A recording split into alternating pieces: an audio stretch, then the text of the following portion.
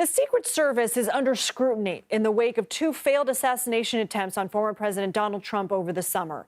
Since October of 2022, at least 1,400 employees quit working for the Secret Service, marking the biggest exodus from the federal agency in 20 years.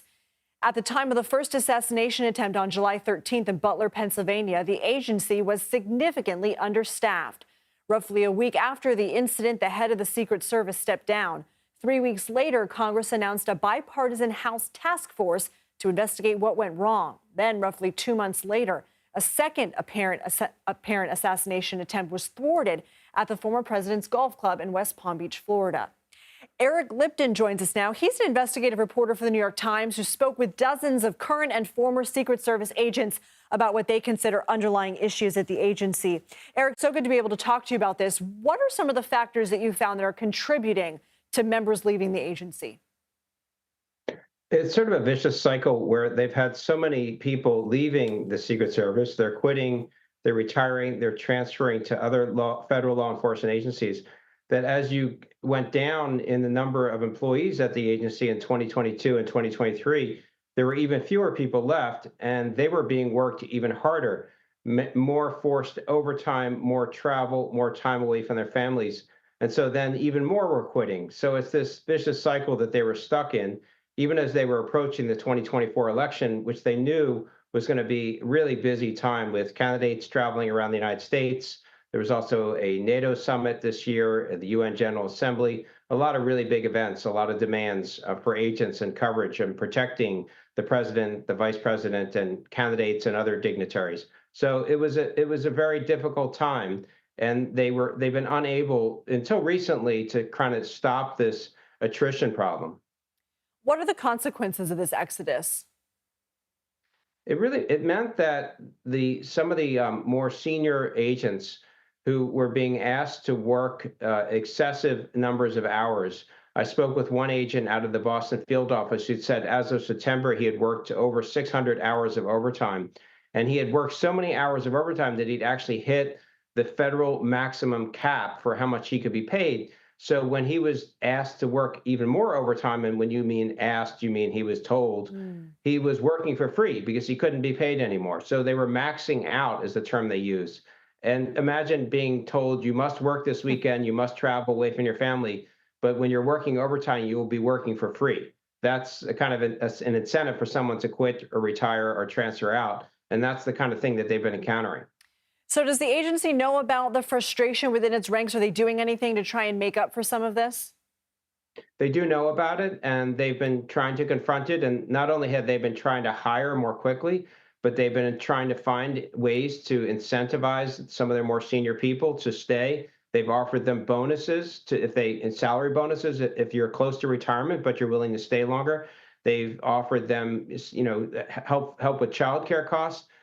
So they have they've turned the corner a little bit so far in 2024. They've started to finally grow again after having shrunk for the last 2 years. And they shrunk even though they told Congress, if you give us tens of millions of extra dollars, we promise we will grow. And in fact, then even though they got the money, they shrunk because the attrition was so great. So they have enough incentives now that they are starting to actually see a net growth in the number of employees and agents. And so they're starting to see some progress, but they still have a long way to go. Is funding an issue? Funding is an issue when it comes to their training facilities and technology. They have not had enough money to build a modern, well-equipped training facility. They don't have a model of the White House where the Secret Service officers can train how to properly defend it. They don't have enough firing ranges. They don't have their Air Force One where they train, how to protect it is kind of this sad looking, 1960s era front of an airplane. And the conditions at the training facility are pretty sad overall. And they don't have all the technology that they need. They haven't had enough research and development dollars to make sure they have the most advanced drones and counter drones and enough pilots who are ready to operate them at short notice.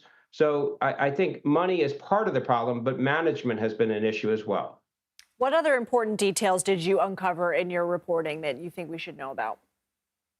I mean, one of the most surprising thing was that this is an agency where promotions and hiring is a really the integrity of that process is really important, and we were startled when we learned that the guy who was the chief of the uniform division, which are the folks who protect the White House and other important federal buildings, that he was he was moonlighting as a real estate agent, and he was handling real estate transactions for some of his subordinates, and then he was promoting them at the same time. So he had financial relationship with subordinates that he was promoting, which really undermines the integrity of the promotion system and leads agents and officers to believe that, well, if you have a financial deal with your boss, maybe you'll get a promotion. And so we were quite surprised at that, and that individual ultimately resigned after the management became aware of it, but they never made public the fact that they became aware that this guy was, had financial relationships with his subordinates. So it just undermines the whole integrity of the promotion process. And that is another reason that people would leave. If they don't believe that they have a fair shake at getting a promotion, then why stay there? Go to another federal agency or go to a private sector job. Just astounding. Eric Lipton with the New York Times, thank you for your reporting and for coming on tonight. Thank you.